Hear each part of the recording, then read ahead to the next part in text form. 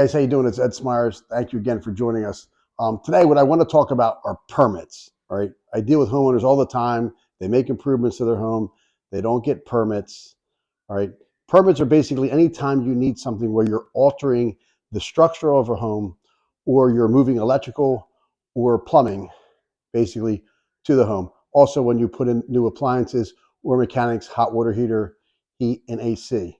I'm going to do a couple takes here on different areas of the home that we run into issues where people fail to get permits, and it becomes an issue when we're selling their home.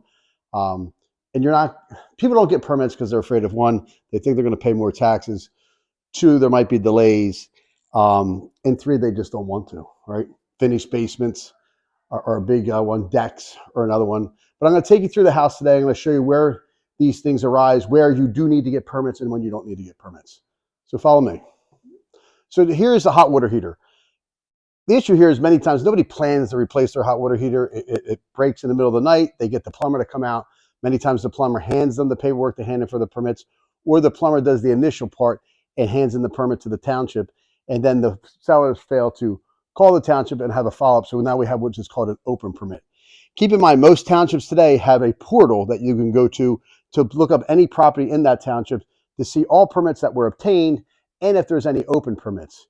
With a hot water heater, you're going to need 3 permits. You're going to need an electrical, you're going to need a plumbing, and you're probably going to need a construction permit, because likely you might have, this is a high efficiency unit, so it doesn't require a chimney, but other units that are oil burned, whatever that are not high efficiency, you're going to have a chimney. Then you have to worry about a flue.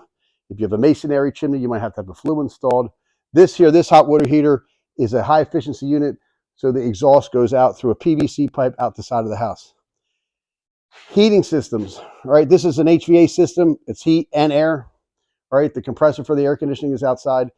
Again, you put a new heater in, you have to get a permit, right? Again, it's going to come under electrical, it's going to come under plumbing, and it's going to come under construction.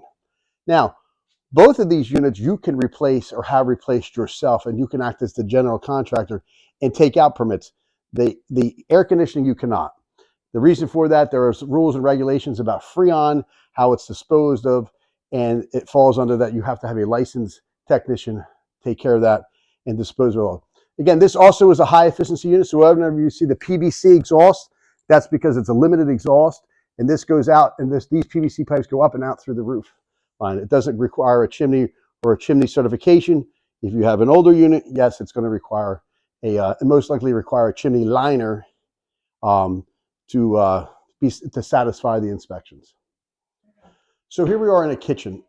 Just, when you're redoing your kitchen, as long as your appliances and your fixtures remain where they are, a permit is not necessary. So if the stove is to stay here and the sink is to stay here and dishwasher, I don't need to get permits to put a brand new kitchen in.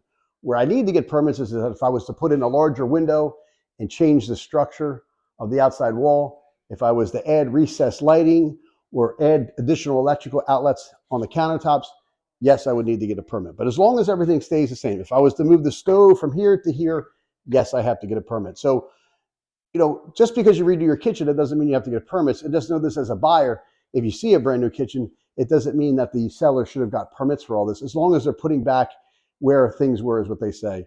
You're basically replacing, and you're not doing any construction.